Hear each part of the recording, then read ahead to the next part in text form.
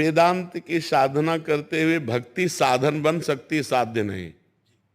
क्योंकि वेदांत की जो साधना है उसमें अहम उपासना है, मैं ब्रह्म हूं, और भक्ति का जो चरम लक्ष्य है वो दासोहम की उपासना है।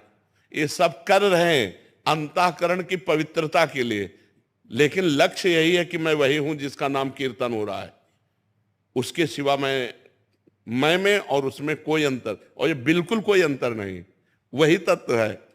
तो ज्ञान मार्ग में वेदांत की उपासना में तत्वम अशि, तत् माने वो परमात्मा, त्वम माने तुम ही, अशि माने हो, वो परमात्मा तुम ही हो।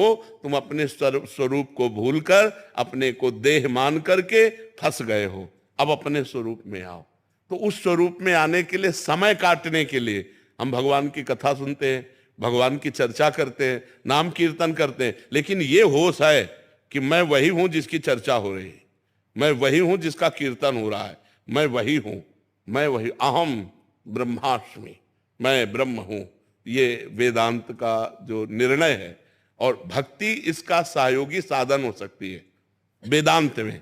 लेकिन भक्ति का जो स्वतंत्र मार्ग है उसमें मैं भगवान का दास हूं और भगवान मेरे स्वामी हैं, और इसमें जब तन्मयता बढ़ती है, बचता एक है दोनों में, ब्रह्म नहीं, माया नहीं, नहीं जीव नहीं काल, अपनी हुई सुदिना रही, एक रहे नंदलाल। जब मैं प्रभु में लीन हो गया तो प्रभु ही बचे, और उसमें प्रभु मैं ही हूं। प्रभु को मैं में लीन किया गया और यहां मैं को प्रभु में लीन किया गया, दोनों में बचता हिसाब में एक ही है। और जब एक ही बचे तो जान लो सवाल सही है।